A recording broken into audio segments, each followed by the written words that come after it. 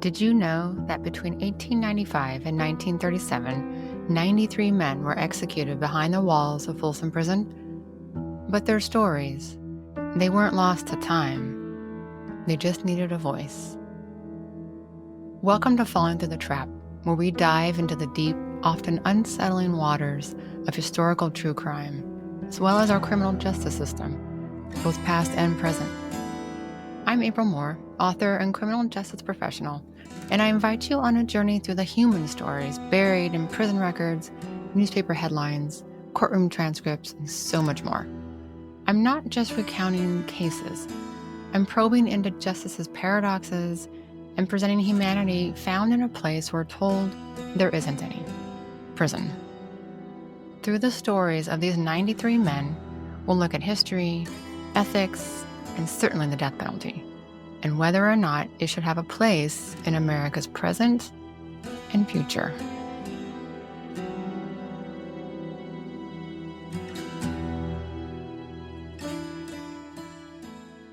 Hello, thank you for joining me for episode 9 of Falling Through the Trap. I've been trying to determine the best schedule to post episodes, but they all sort of take a different amount of time to pull together, and I've come to the conclusion that maybe every 3 weeks is doable for me. I don't know, but they'll be released on Fridays, at least once a month, probably twice. We'll just see, so I hope you stick with me. I also have a pile of bonus episodes to release on Patreon. I've gotten a little behind on those, but they will be worth it, I promise. And so with that out of the way, let's talk about today's episode.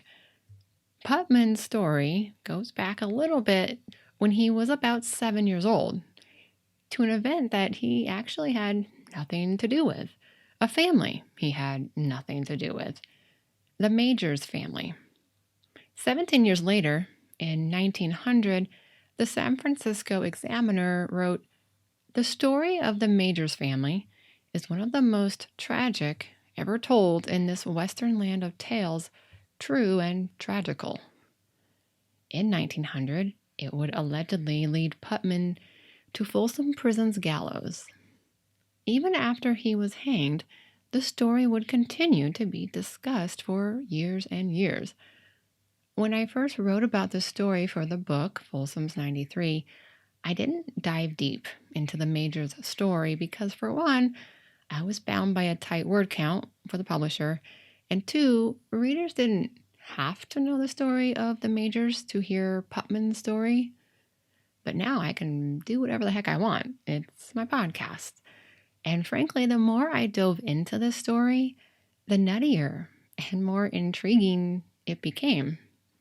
And I not only needed to uncover more about Puttman's connection to this family, but I needed to know what happened to them before, during, and after Puttman's execution.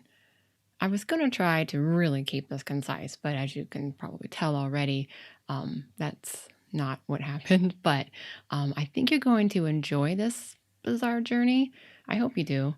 So with that, let's hear about number 13, George Puttman, executed November 19th, 1900. It's March 12th, 1883, in Lexington, just outside Los Gatos in Santa Clara County, in the wee hours of the morning, maybe around 2 a.m., and there's a cabin up in the woods, and it's on fire. And by daylight, people make a gruesome discovery. 2 bodies, one inside the cabin, not much left of him, and one outside. The body inside the cabin belonged to a 38-year-old Archibald McIntyre, a fellow bachelor and friend of Renouden, and he stayed with him often in his cabin for certain periods of time. One article said the men made their money from, quote, hard industry, and invested some of it, and was rumored to keep quite a bit of the money in the house. So news broke of the murders and the fire.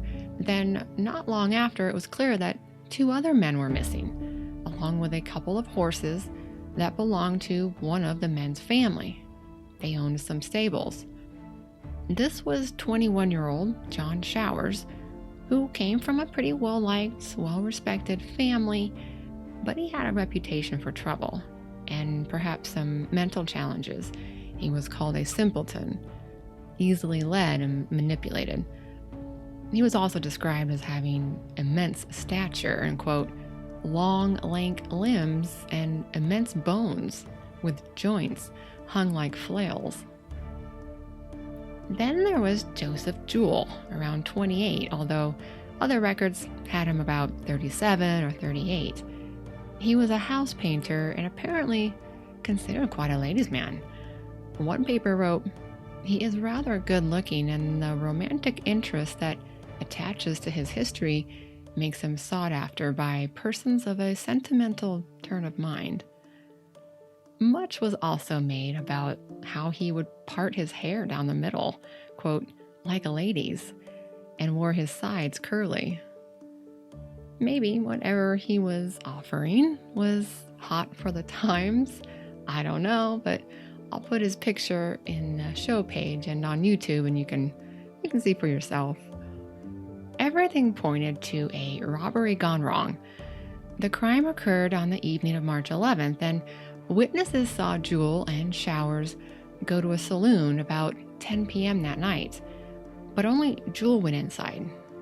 The owner, Lloyd Majors, had closed up shortly before, but he let Jewell in. Showers stayed outside. Then the two left about 30 minutes later. Around 1 or 2 in the morning, the cabin was in flames. Now, 41-year-old Lloyd Majors was a pretty well-known guy in Los Gatos, been there about since 1874. He was an Army veteran and did many things over the years, one of which was being a lawyer. He said he graduated with a law degree from the University of Michigan in 1870. He was also deeply religious and would preach and lecture on temperance. So I'm not sure how well that paired with being a saloon owner. Other sources added he was a school teacher, a wagon maker, and a medical practitioner. At the time of the murder, he had also been building a 40-room hotel, but hit some snags, a lack of money, and some ordinances that wouldn't allow him to include a saloon within the hotel. He had married Lucinda Webb in 1871 when she was 15 and he was in his mid-30s. They had 2 sons, Archibald, or Archie, who was about 7 at the time of the murders in 1883. Abraham, or Abe, was almost 3, and they had an infant daughter named Maud. So Majors was questioned about these 2 missing men, considering he rented space in an old windmill to Jewell, and he was seen letting Jewell into the saloon that night. He claimed that Jewell had been in a fight in San Jose, about 10 miles north. He showed up with a broken finger and a large wound on the top of his head where a bullet had apparently grazed him. Jewell had allegedly told him he hadn't done anything wrong, but probably needed to lay low, heal up until the dust settled. So Majors gave him some money and told him to hightail it out of town. He also admitted giving Jewell, not long before all of this, a .41 caliber English bulldog pistol for protection, he said. He also supplied him with .44 caliber bullets. Bullets of both these calibers were found up at the murder scene. Investigators were suspicious of Majors, but add detective to his repertoire because the constable had Majors snoop around San Jose and see if he could find clues about this so-called fight that Jewell said he got into. He returned saying he found evidence that Jewell and Showers were in San Jose that night and had gotten into a fight, so they couldn't have been the murderers. But then other things began to surface, pointing to Majors as an accessory. Someone who was in the saloon that night said he saw Majors throw another log onto the fire before shooing the man out and closing up, as if Majors planned to stay for a while. Majors' horse showed evidence of being ridden pretty hard, splattered with mud, and extremely worn out. And then witnesses came forward saying they heard a fast galloping horse crossing a bridge that led up to the cabin about 12:30 a.m., and the figure riding the animal sure looked like Majors. It was intimated that Majors set the fire to cover up the murders, but was evidently under the impression both bodies were inside the house. Within a day or two, Showers and Jewell were found and arrested in Gilroy, 30 or so miles south. Jewell managed to escape his captors, but about a week later was arrested in Fresno. Not surprising, Jewell didn't have the injuries that Majors attributed to him. No broken finger and no head wound. And Jewell would try to use this, saying, "Well, I guess you have the wrong man then." That didn't work. John Showers confessed immediately and implicated both Jewell and Majors, saying that Majors planned the entire thing. Majors had apparently learned that Renaudin didn't have a bank account in San Jose, and Majors was in some financial distress with this half-built hotel. The men would then split the proceeds, and because he was a lawyer, the best there was, he said, if things went haywire, which he didn't anticipate, he'd be able to get them out of trouble. Jewell wasn't quick to rat out Majors. He just said he was to burn down Majors' windmill and collect the insurance money. Funny enough, one of Majors' buildings burned a few years earlier, and he collected the money that he used to buy lumber for this hotel. So the gist of it was that the two men went to the cabin. The plan was to tie up Renaudin, maybe use some physical persuasion like pulling out his fingernails or lighting him on fire to get him to tell them where his money was stashed. They weren't counting on McIntyre being there. They decided to go ahead with it anyway, and according to Showers, they were let in. They were fed. But Showers didn't feel well, so he went outside and stood by a tree where his rifle was. Then Jewell came out with Renaudin under the pretense of needing directions to find the main road, but then pulled two guns on him. They fought, and Jewell shot the man about 3 or 4 times. This brought out McIntyre to see what happened, and he ran back in to get his rifle, but that Jewell ran inside and shot McIntyre. Of course, Jewell said Showers did the killings. There were a lot of inconsistencies and contradictions, including whether or not Renaudin was in fact set on fire before dying. The consensus, however, was that Showers was most believable. What they both agreed on was that A, they didn't find any money, and B, they did not set fire to the cabin. They took off on the stolen horses around 10:30 that night and were southbound toward Gilroy. All the men pleaded not guilty and were tried separately in May. Jewell was first. Evidence such as the bullets and a sack that was found at the scene had paint stains on it that matched paints that he kept stored in Lloyd Majors' windmill. And witnesses put Majors and Jewell in a wagon together on the same road to the cabin just days before the murder. John Showers testified for the prosecution and told his same story. Jewell said he had been doing some painting and wallpapering in the area and that Lloyd Majors approached him about the possible burning of the windmill, that he didn't really want to do it, but that Majors assured him that all the other fires had been successful. Jewell didn't prove to be a great help for himself, often getting details mixed up, and his story was pretty disconnected. He just denied everything. After the jury being out 45 minutes, he was found guilty and sentenced to death. Next up was Majors, and even though evidence against him was all circumstantial, there was a lot of it. Now, he made sure he had an alibi for the actual murders. He was seen by plenty of people when the murders took place, so he was accused of advising Jewell and Showers. Again, Showers testified for the prosecution, implicating Majors. And then Jewell testified with his own confession. He said Majors planned it all, which made sense considering Showers and Jewell weren't exactly the brightest criminal minds. Majors envisioned building a palace of a hotel, and he and Jewell would live like kings.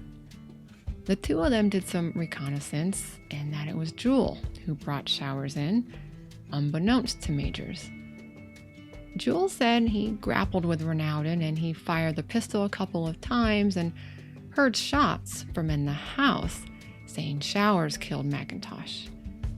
Then came out of the house and fired a couple shots at Ronaldin. After everything went wrong, Jewell went to the saloon. He told him about John Showers' involvement, which probably didn't sit well with Majors, and that Majors gave him $5 in silver and told him to go lay low. He admitted he hadn't been in a fight in San Jose or was injured in any way. He claimed he had no intention of anyone being killed and didn't know how the paint sack ended up on the road leading to the cabin. He said he wasn't promised a commutation of his death sentence if he confessed. He just felt it was time to tell the truth. Others testified to Lloyd Majors' financial challenges.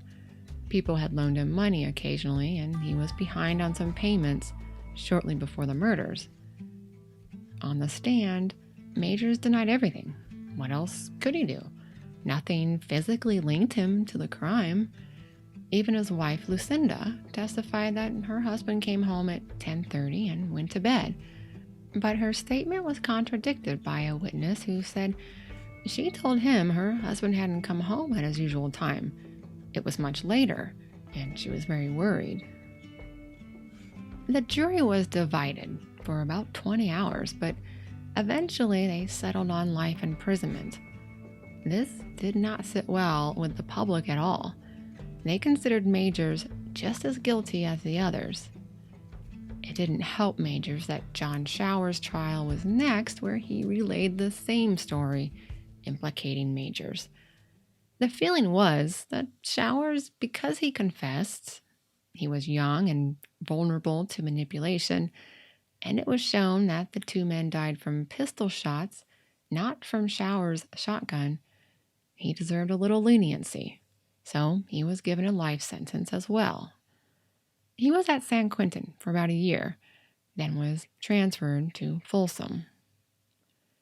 As for Majors, the law wasn't done with him just yet. The public outrage over his perceived lenient sentence urged the district attorney to charge him with McIntyre's death.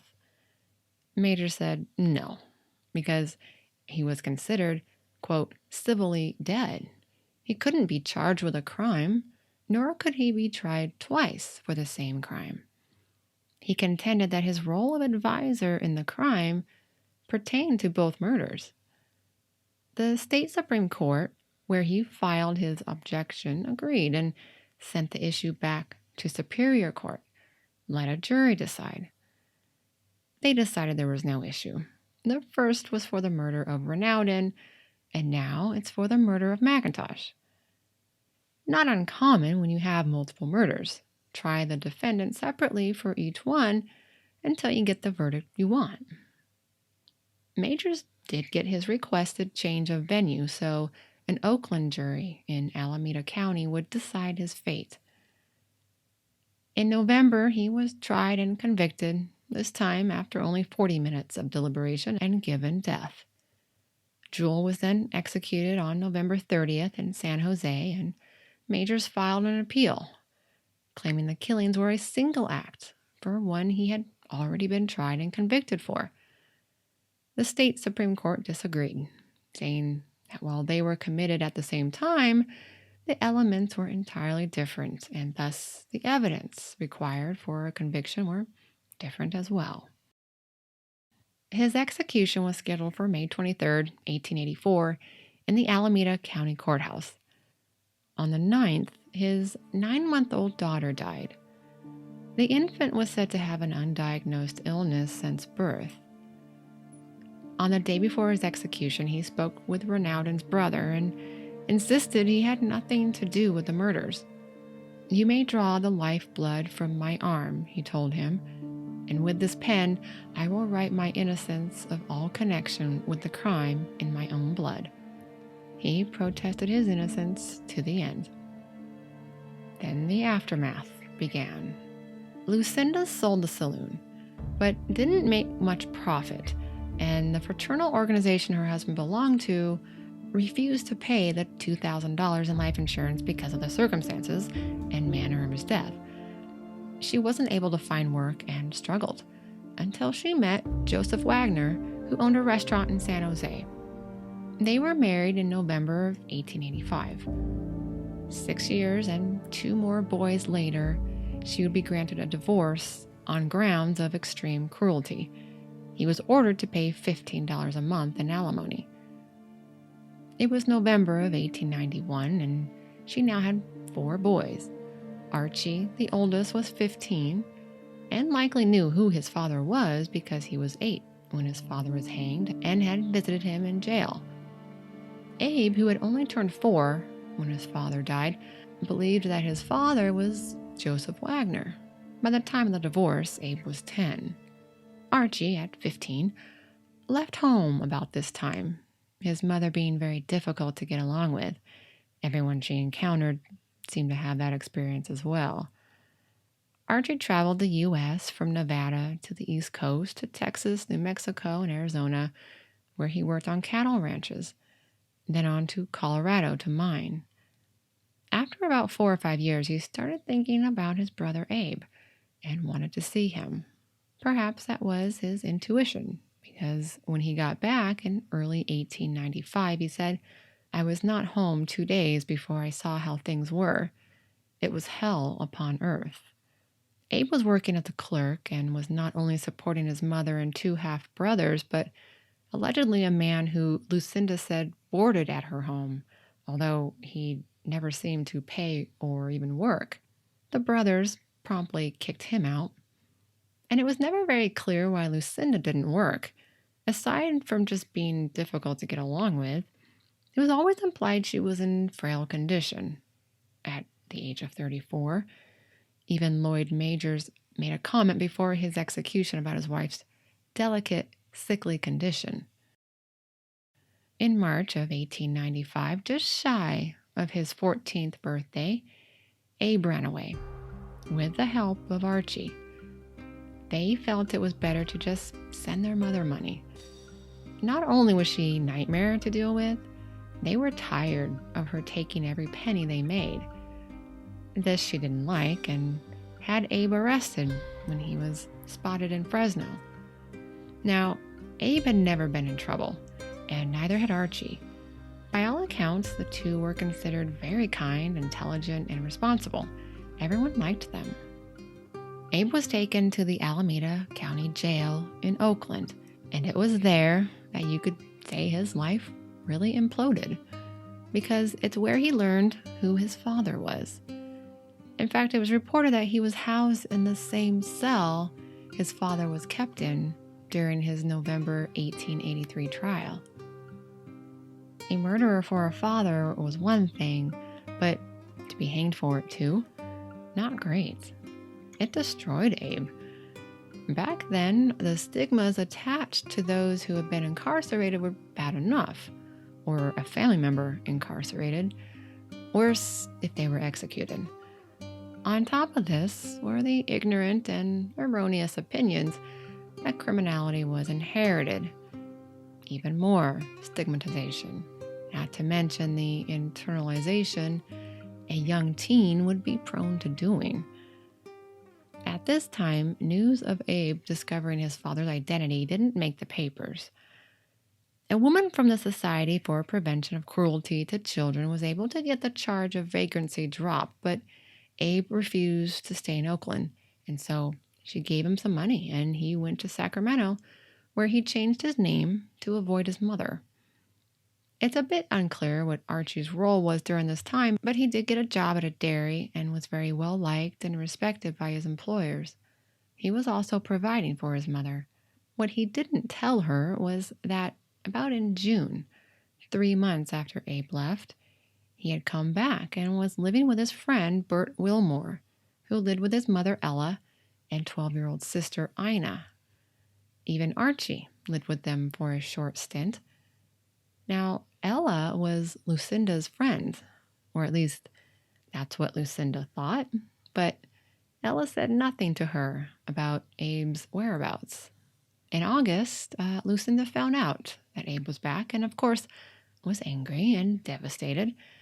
She was also struggling to make rent and had filed a suit against her ex-husband, Joseph Wagner, who had just remarried, for his lack of alimony payments.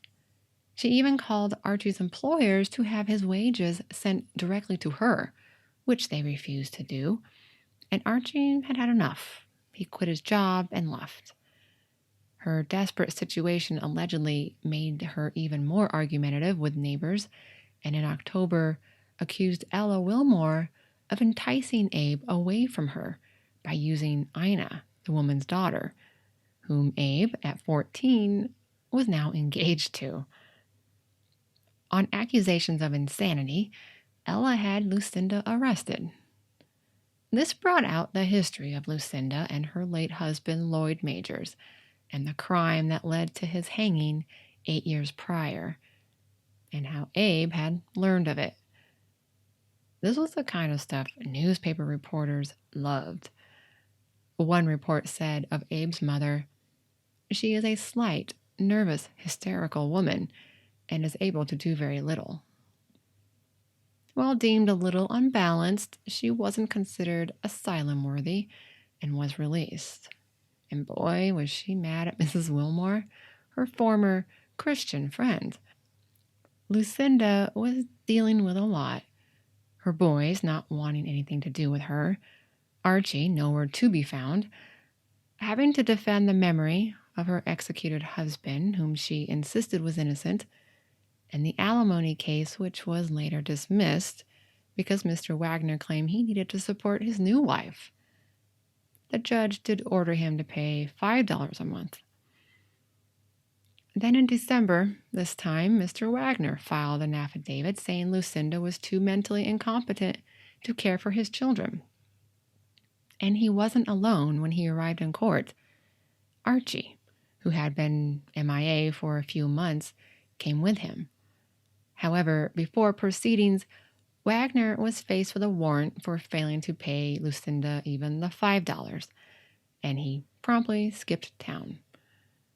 One good thing, if you could call it that, her destitution spurred quite a bit of sympathy, so much so that the sentiment around Lloyd Majors shifted somewhat, that now he was suddenly being looked upon as possibly innocent.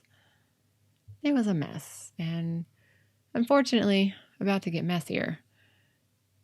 In early February of 1896, Abe, under the alias Ralph Ford, was arrested, and not for some petty crime or vagrancy, but he and his friend Bert Willmore were responsible for about 40 burglaries in Oakland in about 3 weeks' time. They had guns, they used dynamite to break through safes. These burglaries had terrorized Oakland residents, and it was a bit of a shock to see it was the work of two otherwise well-mannered teenage boys. But they were also very calm and indifferent, like a couple of seasoned criminals. It didn't take long for Abe's alias to fall apart and the newspapers to seize the opportunity. One read, "It was late yesterday afternoon when the identity of Ralph Ford was revealed.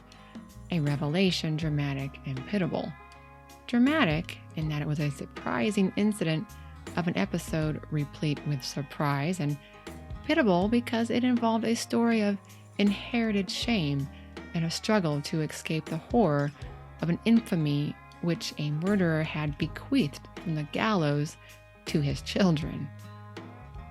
One paper said Abe did it all because of this, quote, inherited shame, while another quoted him as saying his choices had nothing to do with his father's fate.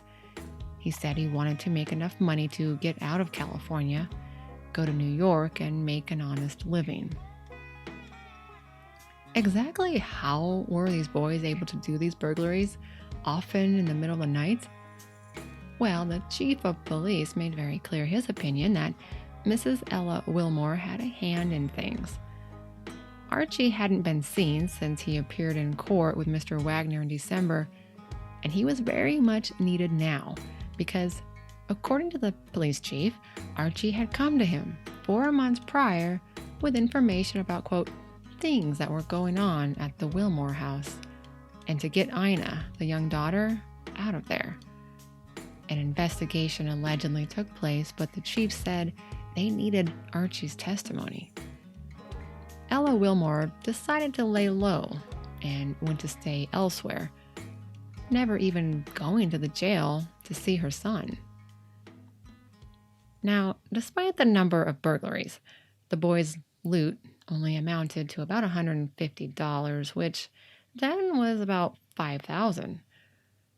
And given their ages, the chief wondered how to proceed. He said, "We are having a hard time deciding exactly what we shall do with these boys. We feel that neither of the lads has had the proper care in his early youth, and as a consequence, the punishment meted out to them now would largely be punishing them for the sins or shortcomings of their parents." He continued, "Mrs. Wagner is a hysterical woman who is very hard to get along with. She has been pursued by misfortune relentlessly. I doubt very much if Mrs. Willmore has ever had the inclination to deal properly with her children." The public sympathized with the boys, and one paper pointed out 2 reasons for this. How far is a child responsible for a hereditary taint that may have impelled him to the commission of crime? And the other, the more practical one, they said, was how far were these boys influenced by someone older than themselves? The boys didn't say anything against Mrs. Willmore, insisting they did everything on their own. What also complicated things were the boys' ages. No one seemed to know how old anyone was, even themselves, it seems. They'd say their age was one number, then another time another number. Reporters often had to guess. Even parents seemed to contradict themselves. I went with birth and death records. If I couldn't find birth certificates, I could almost always find birth announcements in newspapers. Throughout my years of research into these Folsom cases, I found so many issues surrounding the ages of youthful offenders. Birth records or certificates weren't always easy to come by or even existed. Not everyone even knew their birthday. So in those days, if you were a minor and committed an offense, you better hope you could prove your age, because it meant the difference between a reform school or a state prison, at least when reform schools were finally built, although it also depended on the crime. Neither option was great, that's for sure. I came across hundreds of young teen boys, and some girls, incarcerated at Folsom and San Quentin from the 1850s on up to the 1900s, as young as 13, for various offenses. Some boys were sent out to sea to serve their time learning navigation and seamanship. It didn't seem to have the reputation as a great alternative. There was the San Francisco Industrial School, but it closed in 1892. The year before, the Whittier State Reformatory for Boys and Girls, the first official reform school, opened. Today, it's the Fred C. Nellis School for juvenile offenders. And then the second one opened in 1892, the Preston School of Industry in Ioannoni. But juvenile courts, those weren't officially established in California until 1903, and county juvenile halls 6 years later. Even with the establishment of these, society had mixed ideas and feelings about the causes of crime, the majority of which believed people were likely born with criminal tendencies, and the idea of rehabilitation never seemed to get a strong foothold over the belief, or simply the enjoyment, of doling out harsh treatment as the remedy. Age was a big deal in this case with Abe and Bert. No one could give definitive answers on their ages. Now, Bert and his mother claimed he was younger than Abe and that Abe was almost 17, while Abe's mother and eventually Archie, who came back, said he was 15 when the crimes were committed. But according to records, neither was true. He was 14.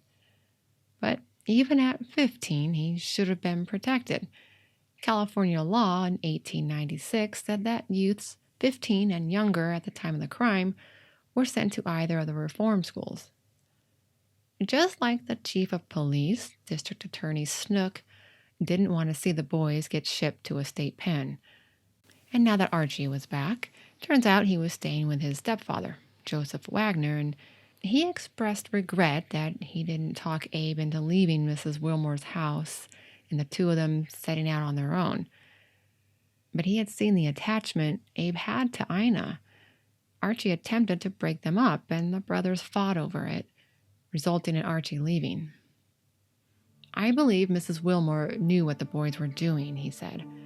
I knew her well, and I have my suspicions about this matter.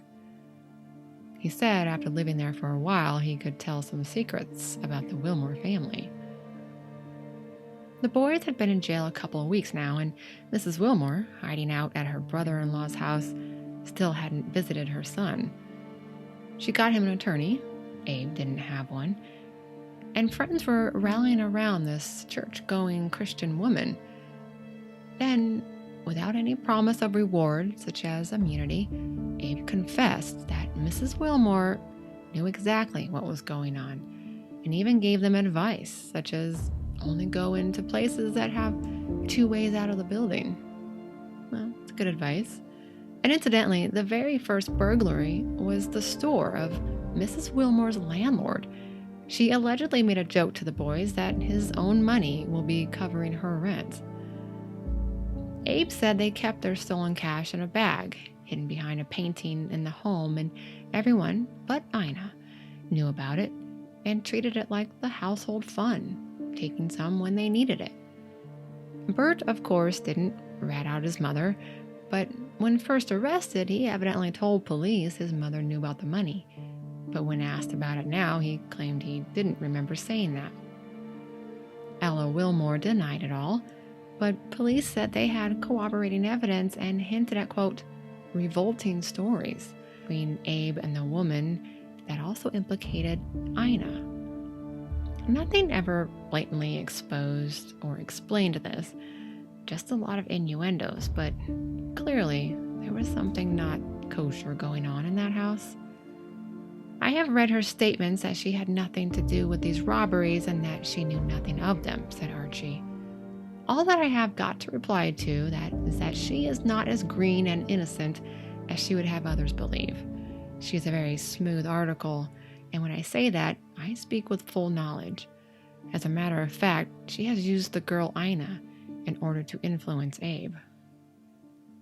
One paper described Ella Willmore as not quite 5 feet tall, and is very thin. There is no single feature about her that is attractive or that would begin to account for her mysterious sway over bright, shrewd, boyish Abe Majors. Her age might be somewhere between 40 and 50. Her hair is strongly dashed with gray. Her forehead is seamed, her eyes are sunken, her lips are thin and compressed like the clasp of a purse. Her neck is brown and wrinkled.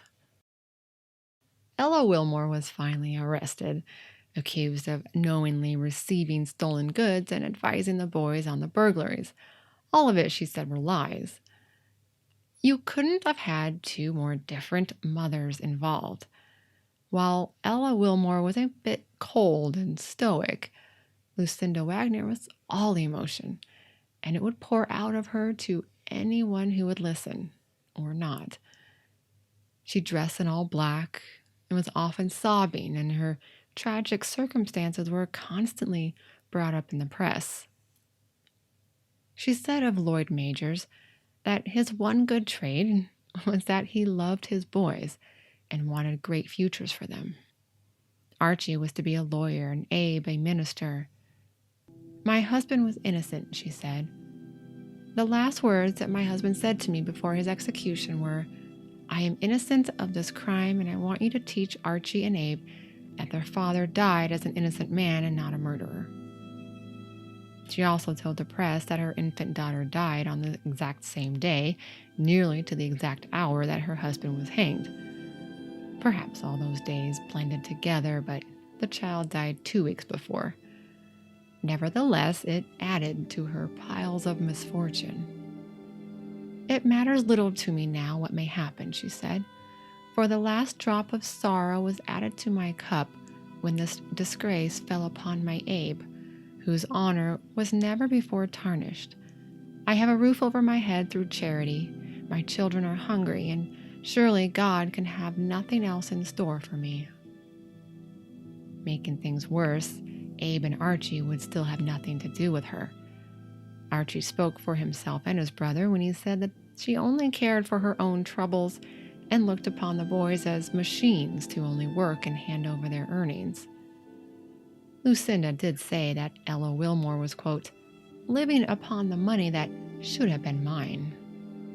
So no wonder the boys couldn't wait to get away from her.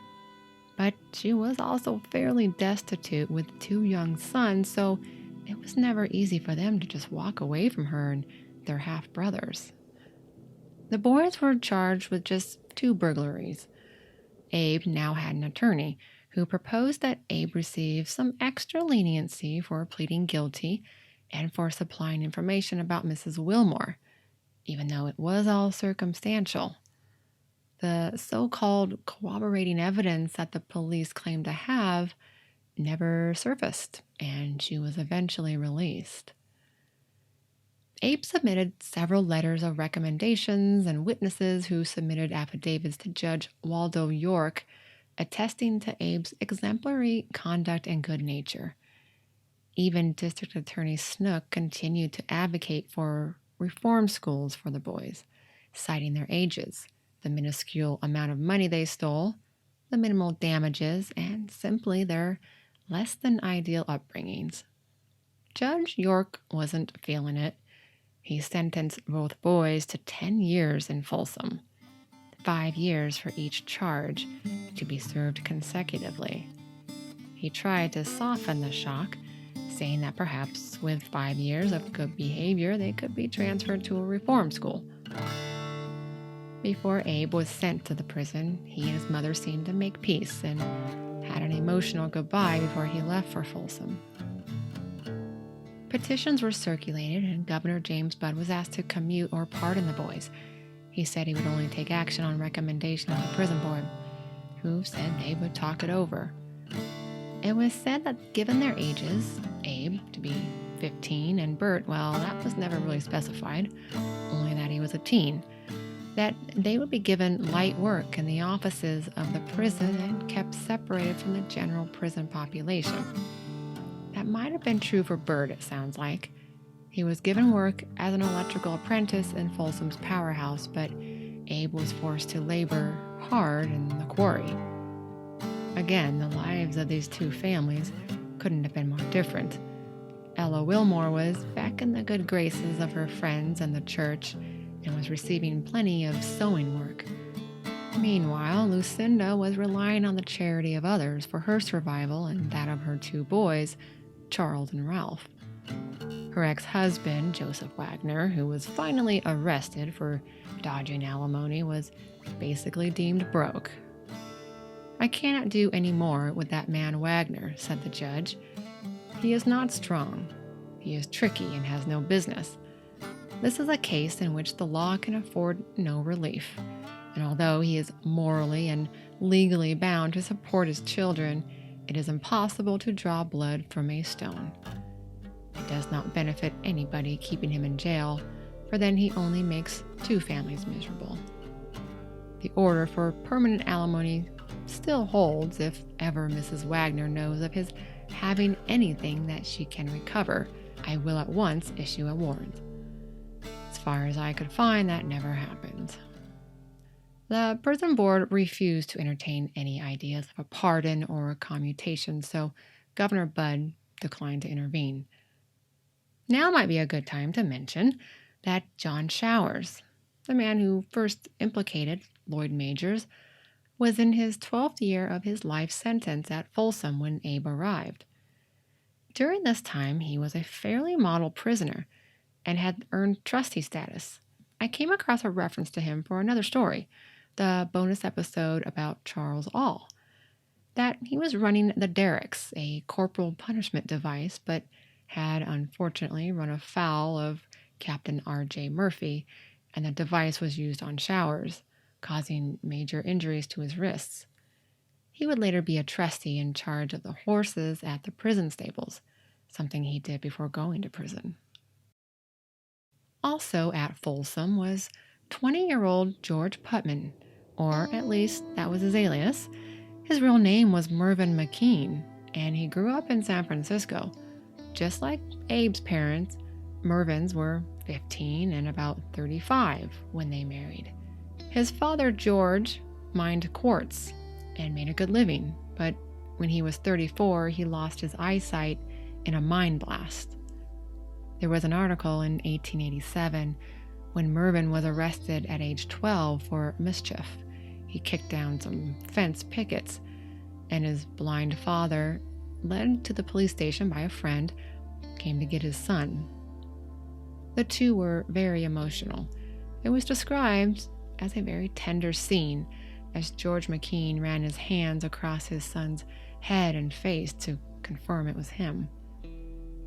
He paid the $50 bail, and little Mervin tearfully led his father home.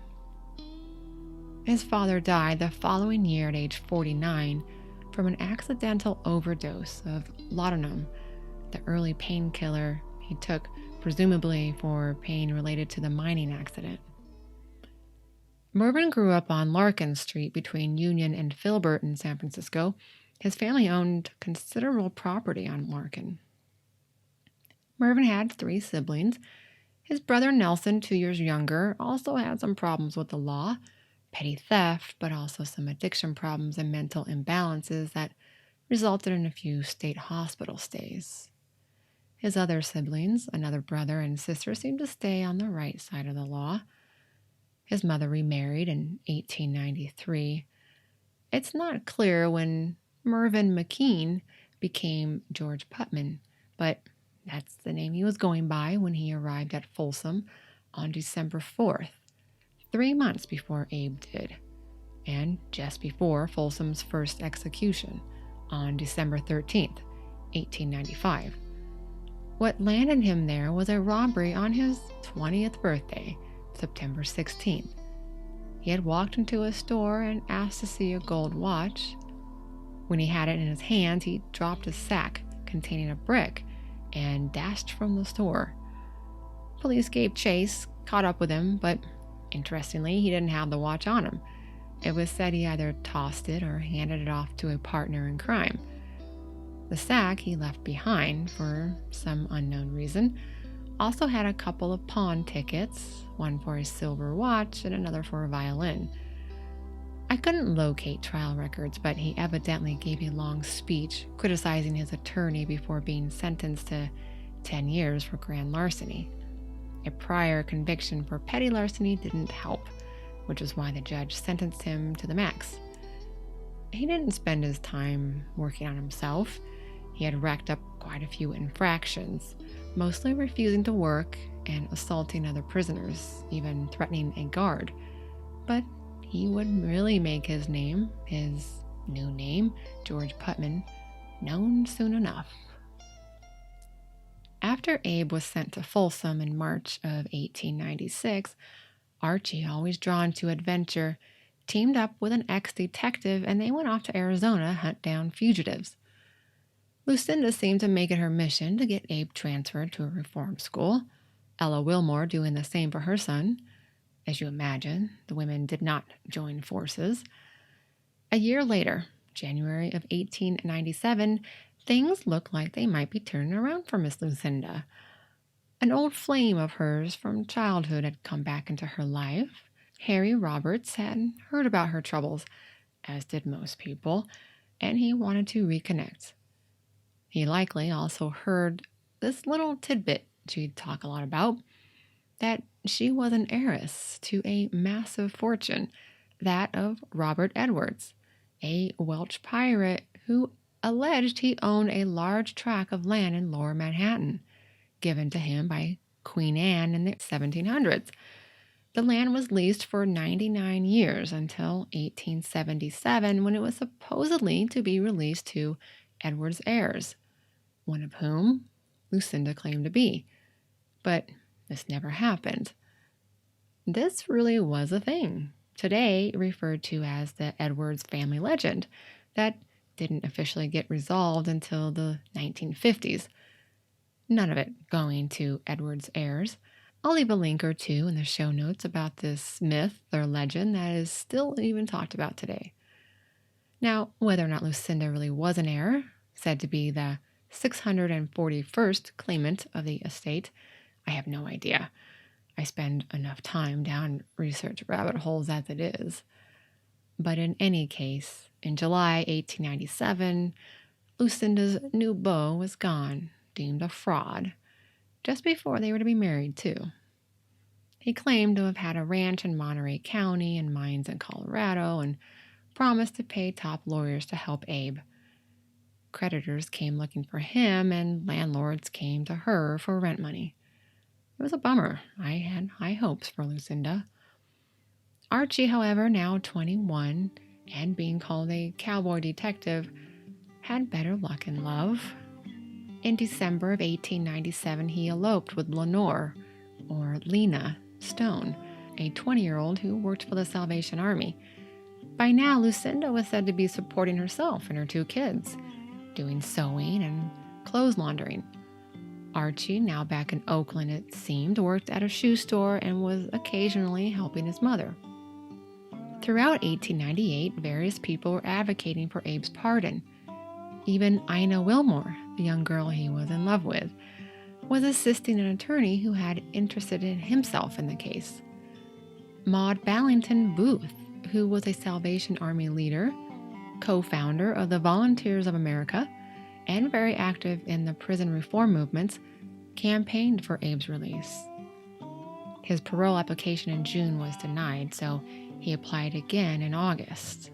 Then on Christmas Eve, 1898, he and Bert Willmore were given parole. Pretty big news.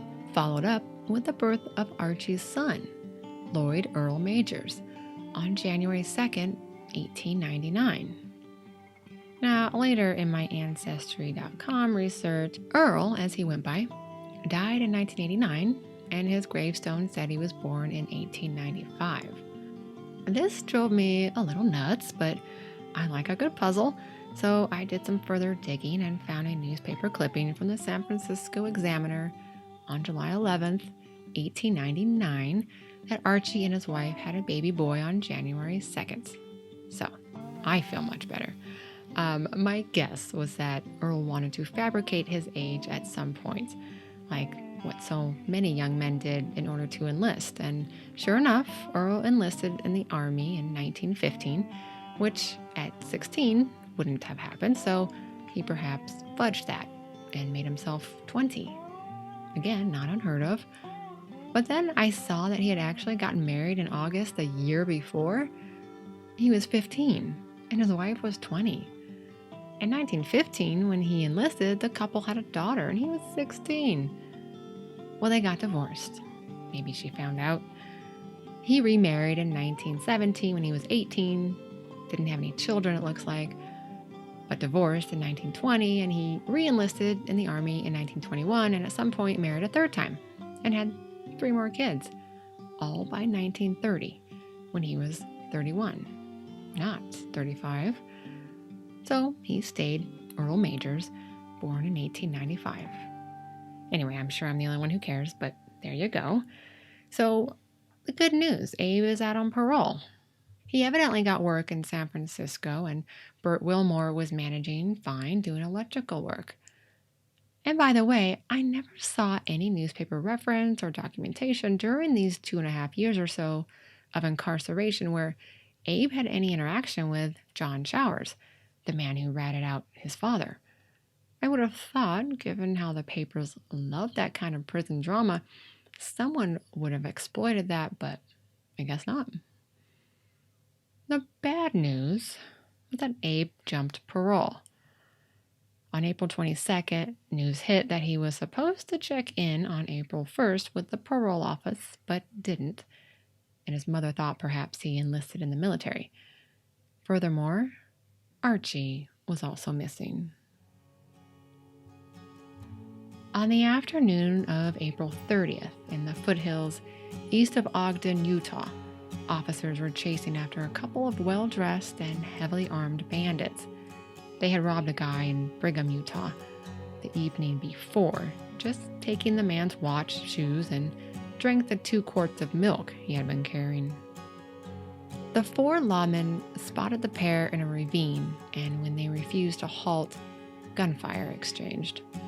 One bandit shot a couple of times, but was shot and killed seconds after he fired his last shot.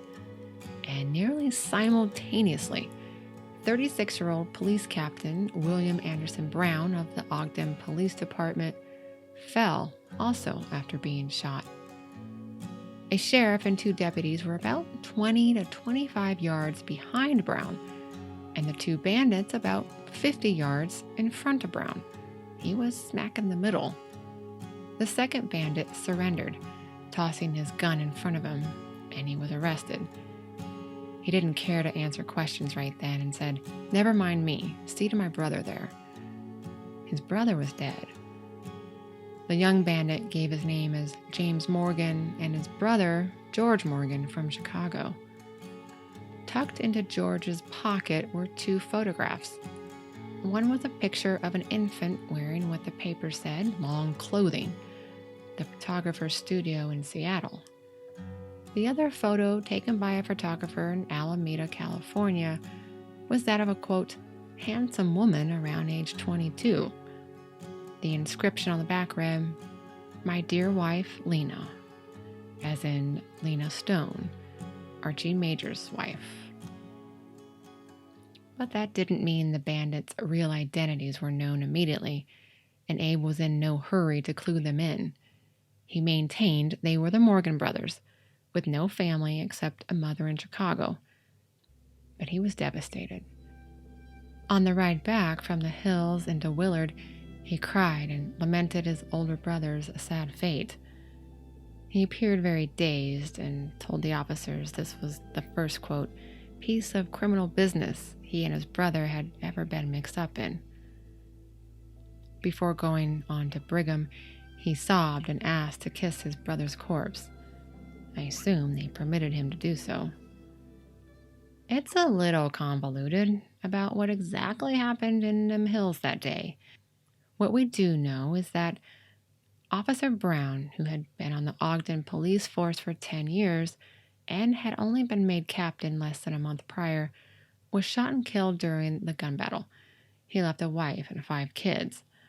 He was also the brother-in-law of former U.S. Senator Frank Cannon. Sheriff Corden, who was 75 yards away from the bandits, was certain James Morgan, the alive bandit, shot Brown. There was a constable off in the distance who watched the scene unfold through field glasses, binoculars, who said the dead bandit fired before being shot. At least one of the 3 other deputies said this as well. And then there were mixed reports about the guns. The brothers each had .45s, long-barreled Colts, and Archie had an additional .38, fully loaded. At one point, it was said that the gun he had in his hand was brown-colored and missing 2 shells. Abe had said the white-handled gun was his and that it didn't have any shells missing. But later, Archie's wife would say the white-handled one was Archie's, and police would later say the brown gun was fully loaded and the white-handled one was missing shells. Utah authorities didn't mess around because the inquest was held immediately, and then the preliminary hearing the very next day on May 1st. And one of the deputies changed his story slightly, saying the dead brother had not shot his gun and that James Morgan took careful aim at Brown and fired twice at him. You can see in situations like these where details that matter a great deal, get modified, especially when a police officer is killed and the only witnesses are other officers and the accused robber. Who do you think will be believed? And it was a conveniently chaotic scene. Several people firing at once, and you have one dead bandit, and one who could easily be blamed for the death of the officer. It took about a week, but a reporter from the San Francisco Chronicle was able to figure out that the Morgan brothers were in fact the Majors brothers. Wasting no time, Utah authorities brought Abe to trial on May 10th, just 10 days after the shootout. He continued to insist his name was James Morgan. Here, details get murky, because now it's said that it was Abe who had 2 guns on him, not Archie. Even men who expressed biases were permitted to sit on the jury. There was so much contradictory evidence. Abe didn't testify. His attorney tried to argue that Archie killed Brown right before he was killed by another posse member. And even if Abe had killed Brown, and it wasn't with a forethought and malice, a requirement for first-degree murder, but that it was a crime of passion in defending his dead brother. Apparently, the reason he didn't testify was because the prosecution knew of his identity, which hadn't really been widely known in Utah just yet, and that if Abe testified, the prosecution could introduce evidence of his criminal history. Well, on May 12th, he was found guilty and sentenced to death. Hanging or firing squad, his choice. And he chose firing squad. That would be carried out July 7th. Of course, this was just the thing that newspapers loved. Under the headline, A Story of Heredity, the Oakland Tribune wrote, like father, like son. His sire, Heredity, has captured him. It went into the story of Abe's father, Lloyd, and the murders of Renouden and McIntyre, which seemed to take on all sorts of new details, such as the victims being tortured and burned alive, mutilated, and so forth. They said that the 2 boys were as bad as boys go, and that even their mother feared them. That Abe was likely in the cell that his father was hanged in, which I don't believe was true, and that the knowledge of his father caused a transformation in Abe. He, quote, entered the cell as an intractable schoolboy, emerged as a demon the next morning. After the trial, Abe admitted his identity and spoke to the press, saying that after his brother and Captain Brown were killed, he tossed his white-handled gun to the ground and surrendered. The officers were so excited they didn't seem to know just what they were doing, he said. My brother was lying on the other side of the rock, and the dark-colored gun was near his hand, just where he dropped when he fell. There were 2 empty cartridges in it, but my gun was not fired at all. Now, I did not shoot Captain Brown, nor did I fire a shot. My brother either shot him before he was struck or kept up long enough after the bullet hit him to fire back and kill the officer. Archie was made out to be the worst of the 2, and that he had deserted his wife in Seattle, but that's not what Abe said. He said he struggled to find work after his release from Folsom, so he and Archie, along with Archie's wife and infant son, went to Seattle. They were there for about a month, and that Archie was, quote, somewhat of a veterinary surgeon, with Abe assisting, and that kept them all supported, but not for very long, probably because they didn't, by any account, have formal training for this work. And so it was decided that Lena and the baby would go to British Columbia. Presumably she had friends and family there, and Archie and Abe would set off to travel through the Pacific Northwest, taking their veterinary surgery gig on the road, to make their fortune and return to Lena.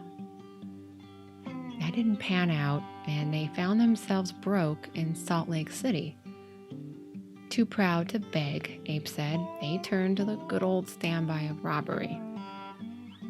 If I had gone and reported at Folsom Prison on April 1st, as I should have done, he said, I wouldn't have been in this trouble. He wanted to make very clear that Archie never led him into crime. The reporter Abe talked to wrote of him, "He had indisputable love for his elder and was much affected when his death was brought up." He didn't seem to fret over his predicament. Abe was more concerned about clearing up any misconceptions about his brother and was concerned over his mother's precarious condition. She allegedly attempted suicide not long before news of his arrest. On May 15, 1899, 3 days after Abe was convicted, George Puttman re-enters the story. It was about 10 minutes before the noon whistle for lunch, or as it was called then, supper, rang at Folsom. Prisoners were milling about in what was called the middle alley inside the prison when 24-year-old Puttman approached John Showers, who was sitting down, just on the floor. Puttman stooped down to say something in Showers' ear. No one was able to hear, or at least say they heard, what was said, but it made Showers call Puttman a son of a bitch, and he made a move to reach into his vest pocket. Puttman was too quick, though. He grabbed a hold of Showers' hand so he couldn't grab the pocket knife he had in his vest. Showers thrust up his other hand and said something along the lines of, "Don't cut me." Another witness said he heard him say, "Don't kill me. I have done no harm to you." But Puttman didn't care.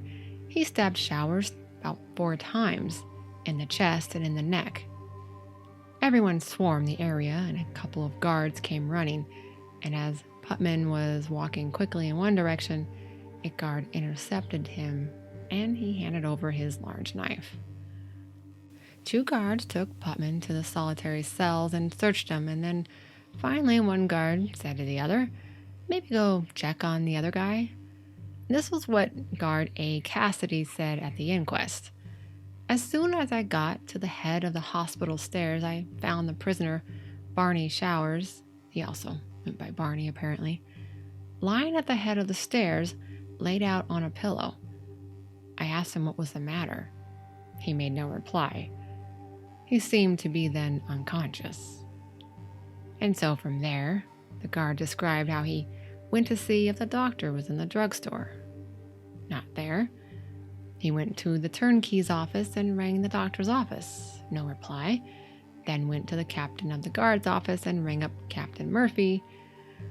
Cassidy testified, "I told him that prisoner Puttman had cut Showers, and I thought fatally." Then he returned to the drugstore and found the doctor there with Showers, who by now, he said, was breathing his last. Considering a couple of major arteries were severed, not much would have saved John Showers. He was 38 years old, a model prisoner who enjoyed his work with the horses, which was why he had a pocket knife. He needed to use one in his duties in the stables. Not that he was supposed to carry it on him, but he died shortly thereafter. The papers reported that while Puttman was stabbing Showers, he cried, my boy," referring to Abe Majors. No one at the inquest testified to this. None of the 4 inmates who did testify said they heard Puttman say anything, although they were also reticent to testify. One flat out refused to. Reporters also claimed that Showers made a dying confession that exonerated Lloyd Majors, but again, none of that was confirmed by anyone. To make matters more dramatic, the very next day, Jacob Oppenheimer, Folsom's 28th execution, that will be in 1913, who had recently been transferred to San Quentin, stabbed a guard over there. Everyone lost their minds, saying the stabbings were related, that Oppenheimer was a friend of Abe Majors, which was never verified, and that there was a conspiracy among gangs at both prisons to carry out these 2 unrelated stabbings. It certainly stoked the fears of the public, which always meant those who favored harsh punishment, especially the death penalty, could further their cause. The Sacramento Bee wrote, The stabbing of guard James McDonnell at San Quentin Prison yesterday by convict Jacob Oppenheimer, as well as the assassination of convict John Showers at Folsom Prison by convict George Puttman, should not go unheeded by the state prison directors, nor should the lesson of the futility of bestowing sympathy upon the caged beasts in the penitentiaries be lost upon the public. You see, Oppenheimer wasn't given the death penalty after he killed an inmate 2 years prior. He was given life, and that didn't sit well with most people. According to the text that I acquired with the mugshots, this killing by Jacob Oppenheimer in September 1898 was the first inmate killing at the prison. So by this time, Puttman had been reprimanded about 11 times. Most of these from assaulting other prisoners and threatening a guard, refusing to work. It wasn't looking good for George. Abe was asked about Puttman, who the press said was an intimate friend of his, even a lifelong childhood friend. Abe said he only knew Puttman by sight and denied any kind of friendship. This could have been true, but I could see how Abe didn't want to be tied to this murder. As for Showers, Abe said he saw him about twice a day, but the men stayed away from one another. Charles All was still warden at this time. You may recall from a previous episode that he passed in October of 1899, still 5 months away. He had actually advocated for Abe's parole, and when asked about Puttman, he said, "The only defense that Puttman can make is the insanity dodge. He stabbed Showers while the latter was lying down, and that the murder was so cold-blooded that Puttman has no sympathy, even from the prisoners." This incident would spark the prison board to drop a resolution that provided, quote, "Any prisoner caught in the future with a deadly weapon in his possession should be placed in solitary confinement and kept there for the remainder of his term without regard to its length." And they meant it. One prisoner had just been relegated to solitary confinement for the remainder of his sentence, 36 years. Who, by the way, was John Wilson, known as Shy Red. He figured into the Kovalev story, episode 3. I don't think I actually mentioned him because it wasn't that pertinent to the story, but he was originally arrested in 1895 for the murder of the Webbers, but was released after Kovalev confessed. Anyways, Shy Red ended up at Folsom not long after on a 40-year robbery sentence. He didn't play nice with others and got solitary. At his arraignment, Puttman admitted that wasn't his real name, but refused to say what was, although one paper revealed it was McKean. He pleaded not guilty and trial was set for June 5th. 13 prisoners were subpoenaed to testify, and Judge Hughes reduced this to about 7, saying the rest could submit depositions. Many of them refused to do that, said by the press because they wanted to be brought to the city in order to plan an escape. But even several who did go to the trial refused to testify, like Harry Winters from episode 6. He won't be executed until December. As did John Wilson, or this Shy Red, and Joseph Theron. You'll hear his name in an upcoming episode. There were, however, a handful who all said they saw Puttman with a knife and stabbed Showers, who did tell Puttman not to kill him, and that no other words were exchanged. The defense tried to show that Showers did say something to Puttman to provoke him. One witness said he heard Showers say something crude and then saw the men in a mix-up. So the defense tried the insanity route. Puttman took the stand and said, "To tell the truth, gentlemen of the jury, I know very little about this charge against me. In fact, all I do know is from what I heard while the witnesses were testifying. When I came into the state prison at 12 o'clock, I had no knife. I swear before God that I had no knife. I remember a dispute, but with whom I do not remember. I recollect somebody calling me a son of a bitch, then striking me. I have a dim recollection of a struggle and a hazy recollection of handing a knife to an officer. Whether I did this or got the idea from hearing the testimony, I'm not certain. This is about all I know. He went on to say, I am a confirmed opium fiend and have been for years. I have struggled against it for 3 years. While in Folsom State Prison, I was frequently attacked with the habit. I abstained from using opium until about 2 months before Shower's death. I was sent to Folsom from San Francisco on a conviction of grand larceny. I stole a cheap watch from a pawn shop. I was crazy from opium at the time. This, he said, was his habit for about 3 years before entering the prison. And when he did, the prison physician figured that 15 to 20 days in the dungeon, or solitary, would do the trick. And so afterwards, the doctor announced him cured. Puttman said, however, that he could never kick the habit and blamed that for his many infractions during his incarceration. He said he knew Shower's history regarding Abe and his father, but that it was the drug that had caused him to go after Showers. It seemed only Puttman's mother, Ida McKean, described as, quote, an attractive woman whose apparent youth made her seem more like a sister than a parent, attended the trial to support Puttman. He was described as flippant throughout the trial and that he, quote, smiled cynically during his attorney's closing arguments. It took the jury 8 hours to decide Puttman was guilty of murder in the first degree. It was said that one juror, a former justice of the peace, continued to hold out for life imprisonment, but later relented. At sentencing on Friday, June 23rd, Puttman told the judge he'd like to address the court, that it would consume at least an hour, but at the moment he felt very ill and would like until Monday. And this was actually granted until the following Wednesday. Puttman reportedly broke down crying when led away.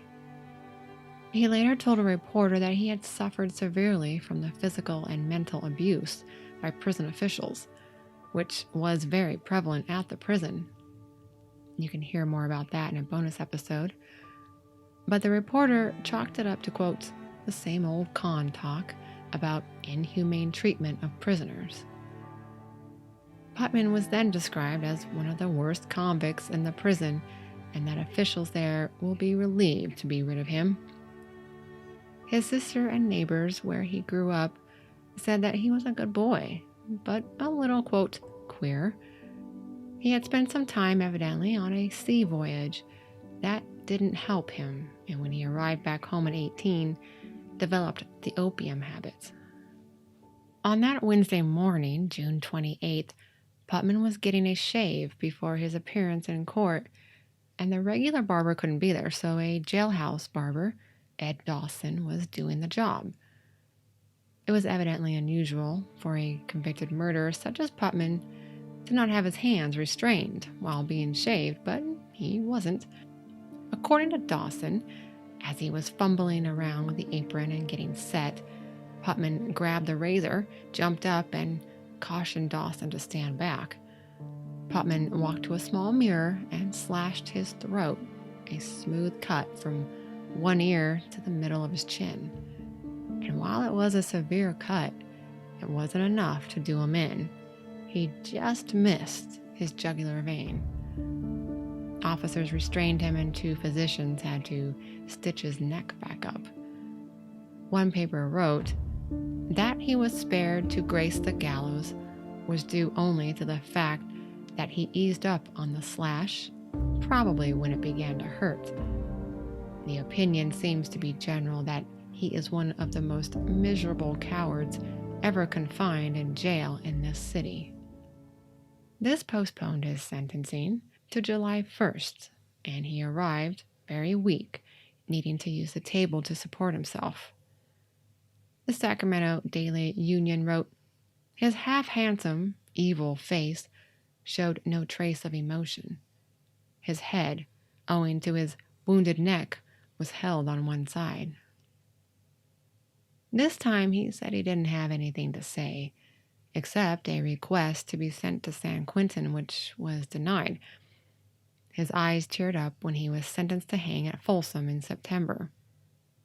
He told jailers he regretted not bearing down harder on his neck when he slashed it. He thought he had, and that he much preferred suicide than going back to Folsom.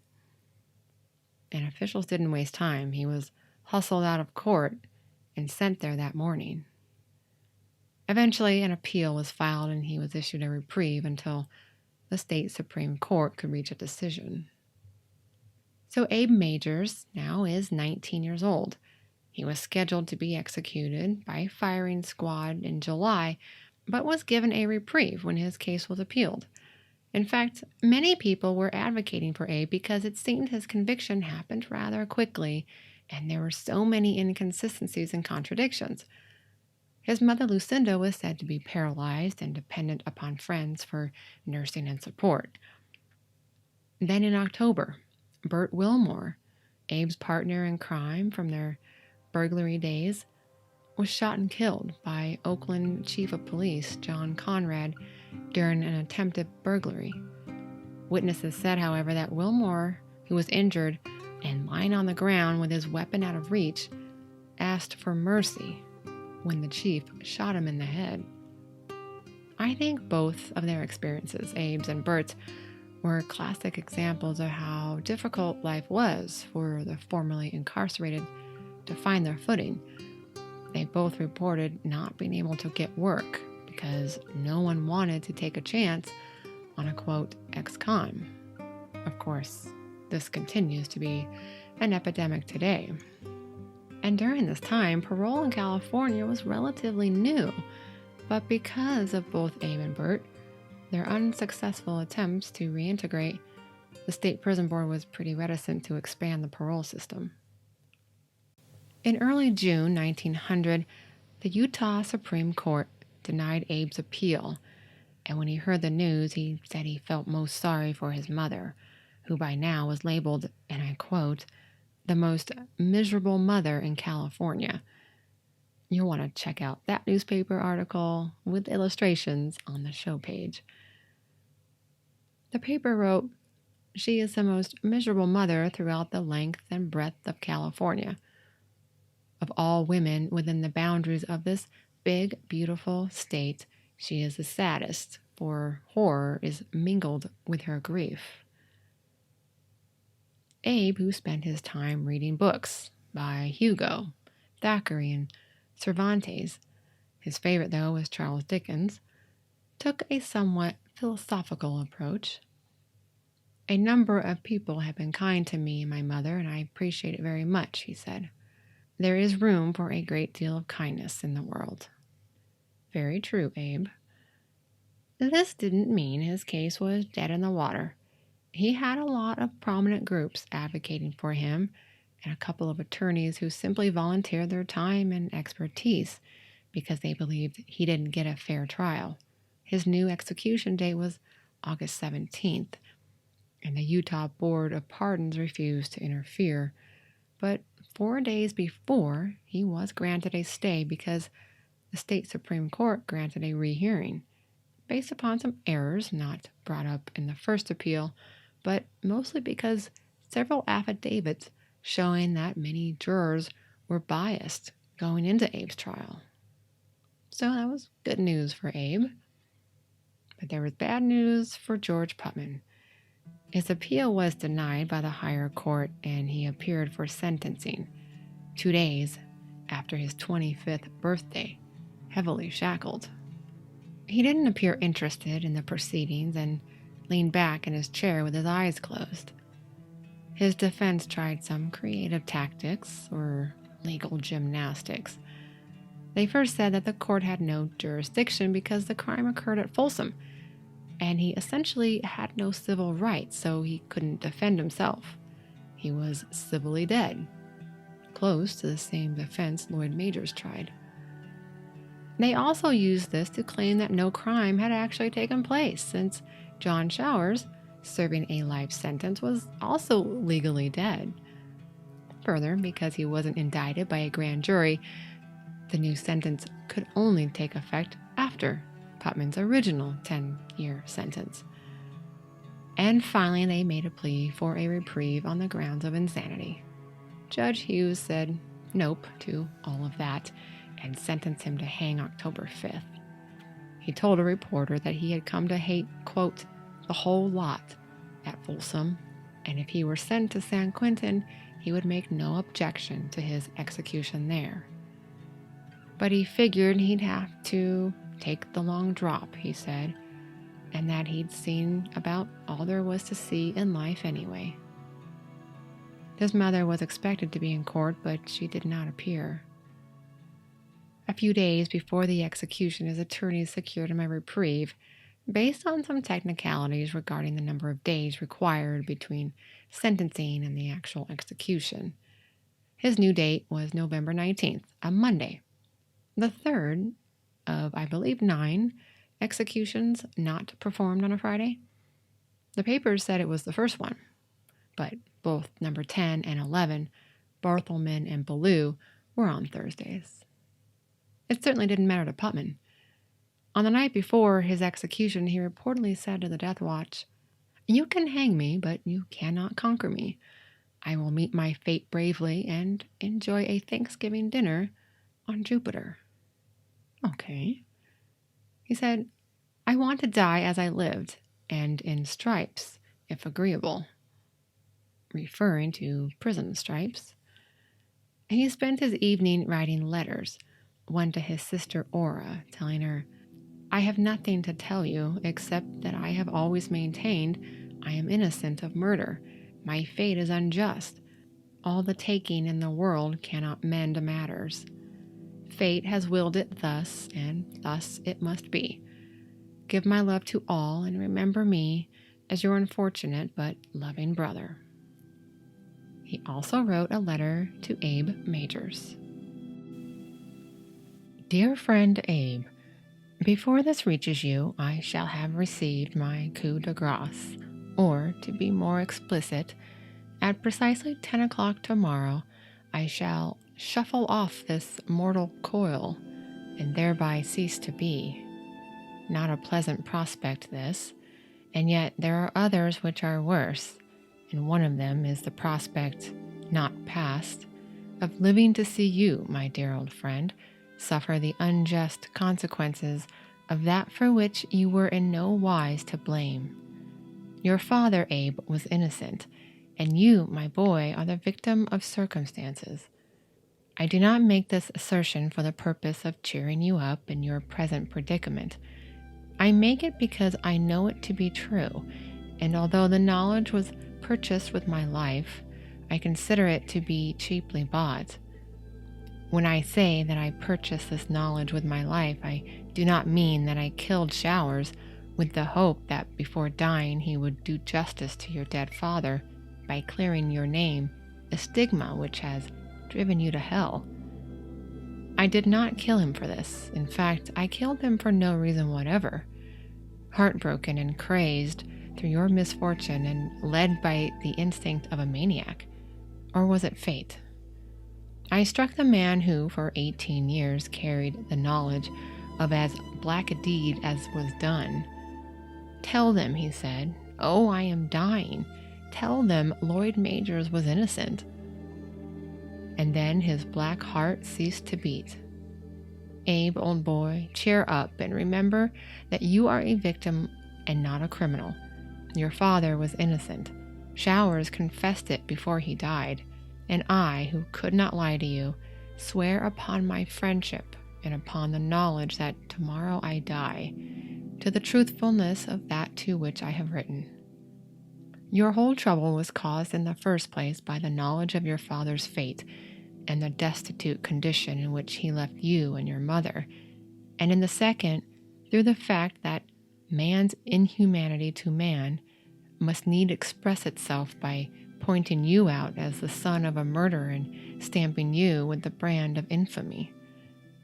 But now, Abe, since I have told you this, which I should have done before had circumstances permitted, you can hold your head up safe in the assurance that you are more sinned against than sinning, And if you are ever fortunate enough to secure your liberty, which I sincerely hope you may, be a man, be honest. Remember these as the last words of one who tomorrow, with a smile upon his lips, mounts the gallows without one solitary regret, dies in your case. Goodbye, Abe. Yours ever and most affectionately, Jewell. P.S. My attorney notified me of the receipt of your letter. Thanks, Jewell. Well, if John Showers recanted his confession or cleared Lloyd Majors, it wasn't heard by anyone else, at least not that I could confirm. I also don't know what Abe's response was to Puttman's execution or the letter. On November 19th, a few minutes before leaving his cell for the last time, Puttman held up his arm to reporters and the death watch and said, "See how steady my arm is? There is not a tremble, and I will meet my fate without a tremble." And he appeared to. Wearing a flannel shirt, not the customary collarless shirt and jacket, George Puttman walked like a soldier to his place on the gallows. About 40 witnesses, one of whom fainted, there was always one, watched as Puttman remained composed, his eyes closed, before the black cap was placed over his head and he fell through the trap at 10:03 a.m. The execution was deemed, quote, the most successful ever held at the prison, and that Puttman's body never twitched, which, if true, was rather unusual. He had apparently requested to be cremated, but this was refused, and that he was buried at Folsom Prison. But there was also a newspaper report that his remains were shipped to a brother in Austin, Texas, but he didn't have a brother in Texas. He also, I guess, made a comment regarding being Folsom's 13th execution, and that his mother was 13 when she had him, but records indicate she was 16, but who the hell knows, because everyone either lied about their age, forgot, or just didn't know. Let me just wrap up Abe's story for you. In February of 1901, he was awarded a new trial. It was found that 2 jurors in his original trial in 1899 swore falsely, saying that they didn't have biases toward Abe. He continued to maintain his innocence, and it didn't hurt that he was a handsome, popular, and quiet inmate, and seemed to have lots of friends. And his long-suffering mother moved to Utah to be close to him and to campaign for his release. In October, his trial ended with a second-degree murder charge and a life sentence. His mother was brought to Salt Lake in, quote, a manic condition and likely asylum-bound. Abe took it okay, knowing that it could have gone either way, although the life sentence felt a bit harsh. But wait, there's more. Exactly a year later, he was involved in an attempted prison break that resulted in the death of an inmate, and several inmates escaped. One guard was beaten. Abe was shot in the arm. From here on out, Abe was considered the, quote, most desperate criminal in Utah, or the worst of his kind. It didn't take much for the public's perception of an inmate to change on a dime, especially if a year goes by. People just remember certain things, and now Abe was the devil incarnate. A few quiet years went by, and in April of 1905, Abe sent a letter to the mayor of Oakland along with a handmade horsehair watch chain, something he was permitted to do outside of his regular prison labor. He asked the mayor if he'd like to purchase it, saying, "I offer it to you at the price of your own appraisement. By purchasing it, you will aid in ameliorating the condition of one of those whose name is possibly not unknown to you, or if my name is known to you, forgotten. Suffice it to say that I am a native son whose yearning to return to that dear sun-kissed state will probably never be gratified, inasmuch as I am undergoing a sentence for life." The mayor didn't respond. Then in August 1907, Abe stabbed another prisoner, Harry Waddell. They had been making and selling these horsehair items together and had also been involved in the attempted prison break in 1902. Abe said Waddell cheated him. Kind of how things like that go in prison. And Waddell survived, and Abe was placed in solitary confinement. Now, Mama Lucinda, that woman could never stay out of the news.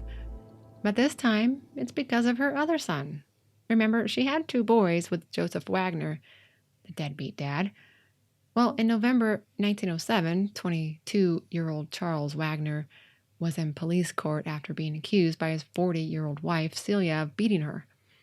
They'd only been married 4 months. The district attorney said that Charles was the half-brother of the infamous Abe Majors. And right then, Lucinda stood up. Oh, who was described as a comely, well-preserved woman of 40. Well-preserved. Anyway, she stood and said, "It is true, I am the mother of both boys, and I am not ashamed of them." Other reports said, "I am the mother of both boys, and thank God for it." She apparently sobbed and rambled on incoherently, but did say, "My boys, my poor boys." And she was still waiting to inherit her fortune from the Edwards family in New York. Anyway, this son pleaded guilty, the wife filed for divorce, and then he came back and stole money from her and disappeared. The following year, her other son, 17-year-old Ralph, was arrested for robbery, and later stealing a bike, and another time impersonating an officer. I think it was like around 8 times in a couple of years. He will actually go on to be a well-known psychic.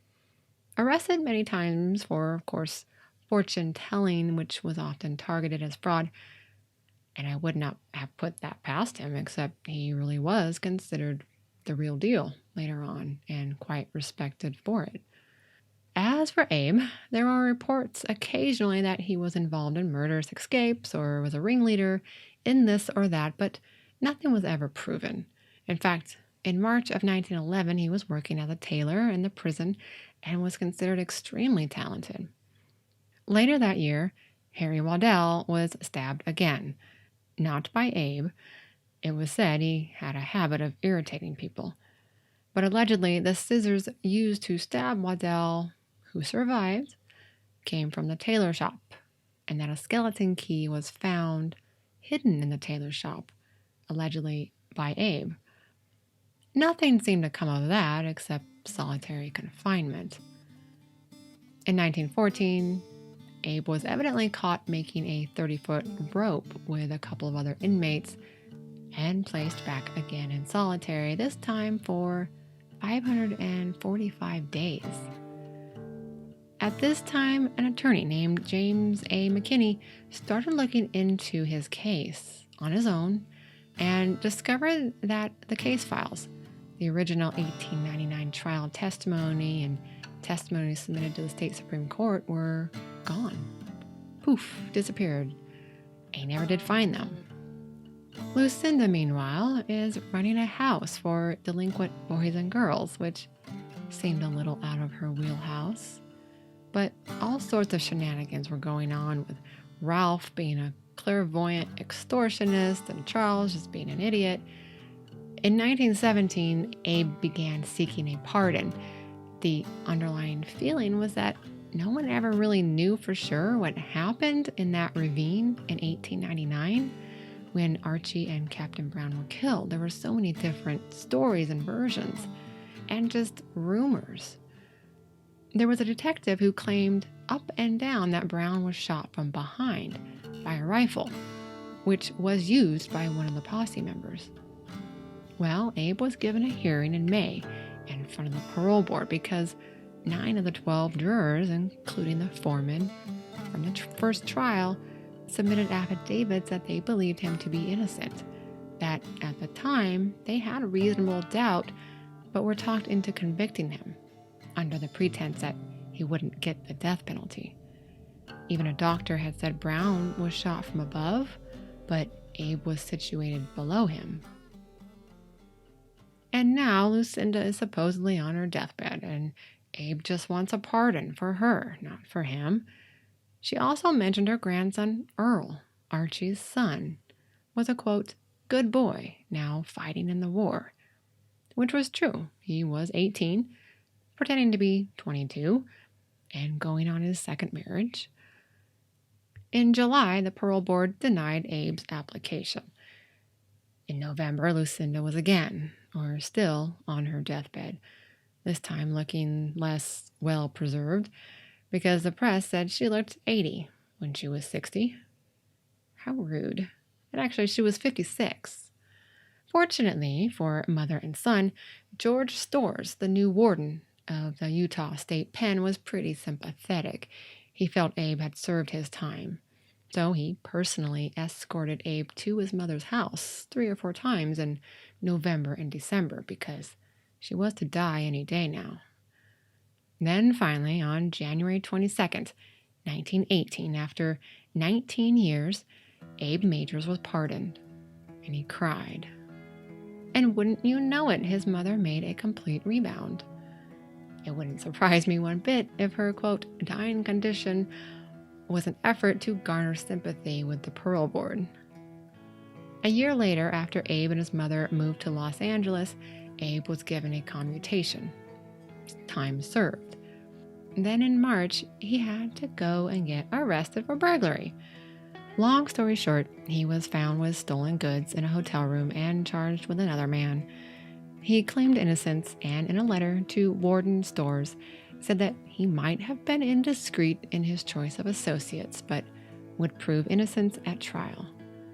Well, in December he was found guilty, but got a new trial because the DA brought up Abe's criminal history, which was inadmissible, and his January 1920 trial ended with a guilty verdict, burglary in the 2nd degree. He was sentenced to 5 years, first sent to San Quentin and then, within a couple months, transferred to Folsom. He was released a year early in January 1924. Unfortunately, his mother Lucinda passed in January of 1922. She was about 63. One paper said of her, she had more grief in her lifetime than is generally allotted to a dozen mothers. Abe never re-entered prison again. In fact, for many years, rented a room in a house on Liberty Street in Southgate, Los Angeles. I doubt the irony was lost on him. He kept a pretty low profile, never married, and in 1950 was living in Independence, California, where he worked at the Mount Williamson Hotel. He died in November of 1957 at the age of 76. He's buried in what appears to be an unmarked grave in Park Lawn Cemetery in Commerce, California. Today, you'll find a large headstone in Willard Precinct Cemetery in Willard, Utah, with an engraved picture of Archibald Majors that I believe was installed in the early 2000s. It reads, Archibald Majors, son of Lloyd Ledbetter and Lucinda Webb Majors, was shot and killed by a sheriff's posse near Stinky Springs on the southern border of Box Elder County. He was survived by his beautiful wife Lena and his baby boy Lloyd.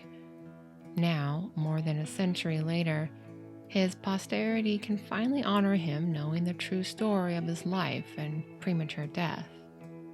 Grandpa, may you rest in peace, knowing that you are loved and have not been forgotten. Along with our grandfather, we wish to honor all those buried in the stranger's lot beside him. Most of these people remain nameless, but they are somebody's family, and they also have stories waiting to be discovered. He did have 3 granddaughters, the last one passing away in 2010. I don't know the story behind the headstone, but there you have it. Lena Stone remarried, had a couple of more kids, and passed in 1931 at age 54. What I found interesting about this story, or stories, as it were, is how they all involved women, victims of circumstance, left to raise children in a time when there were very few opportunities for them. I don't know what Mrs. Ella Willmore's history was. I had to draw the research line somewhere, but both Lucinda and Ida were married as young teenage girls with limited education and, let's face it, victims of sexual assault, considering their husbands were not much younger than their own fathers. Maybe that was generally accepted, but it didn't make it okay. They were expected to suck it up, and if you expressed anything other than a stiff upper lip, you were, quote, hysterical. That's why thousands of mentally healthy women were forced into asylums. It just seemed like a rough time to grow up, to raise kids.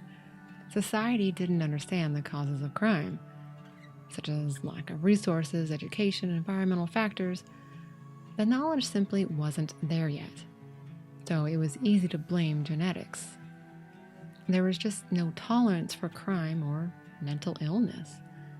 And a lot of families, especially juveniles, both girls and boys, paid a heavy price. Much of this was due to a lack of accountability in the criminal justice system, the press, and literally a lack of accounts, records, such as ones proving a person's age. It was just the times and the way it was. Or was it? Not much has really changed.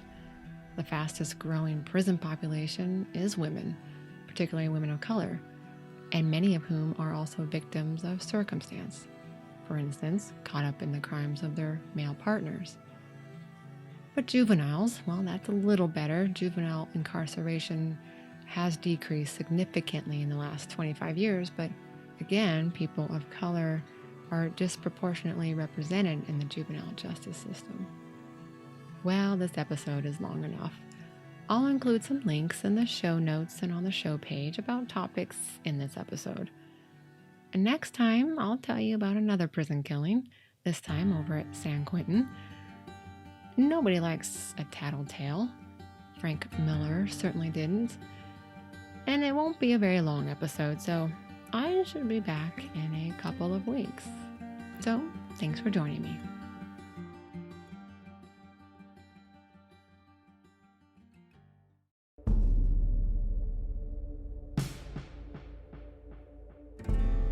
Falling Through the Trap is written and produced by me, April Moore. You can subscribe wherever you get your podcasts and follow the show on Instagram at Falling Through the Trap. I'll post photos and other documents on the show page, apriljmoore.substack.com, where you'll also be able to listen to each episode and find the show on YouTube as well.